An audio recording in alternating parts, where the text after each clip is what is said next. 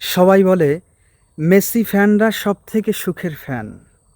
সবথেকে সুখে আছে আর্জেন্টাইন ফ্যানরা। আসলে আর্জেন্টাইন ফ্যান হওয়া, মেসি ভক্ত হওয়া কি এতটাই সহজ? এতটাই সহজ?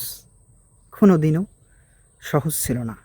২০১৪ সাল থেকে ফুটবল খেলা বুঝেছি, ফুটবল খেলা শুরু করছি।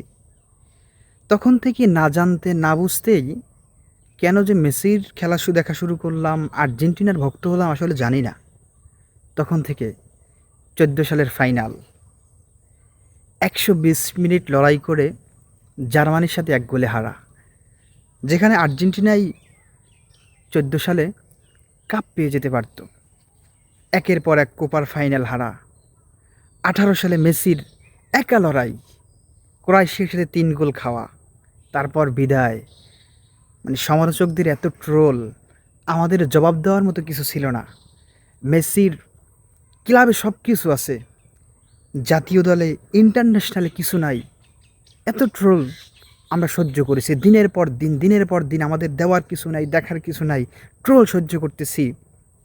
আজকে যদি আর্জেন্টিনা কাপ না পাইতো, তারপর আমরা সেই আর্জেন্টিনা করতাম। তারপর সেই ২২ সালের মাহেন্দ্রক্ষণ আমাদের চির প্রতিদ্বন্দ্বী ব্রাজিলকে হারিয়ে আমরা কোপা জিতলাম। ২১-এ ২২-এ বিশ্বকাপ জিতলাম, তারপর আবার কোপা জিতলাম। এবার বিশ্বকাপে লিওনাল মেসি যা দেখাচ্ছেন সেটা আমরা উপভোগ করতেছি।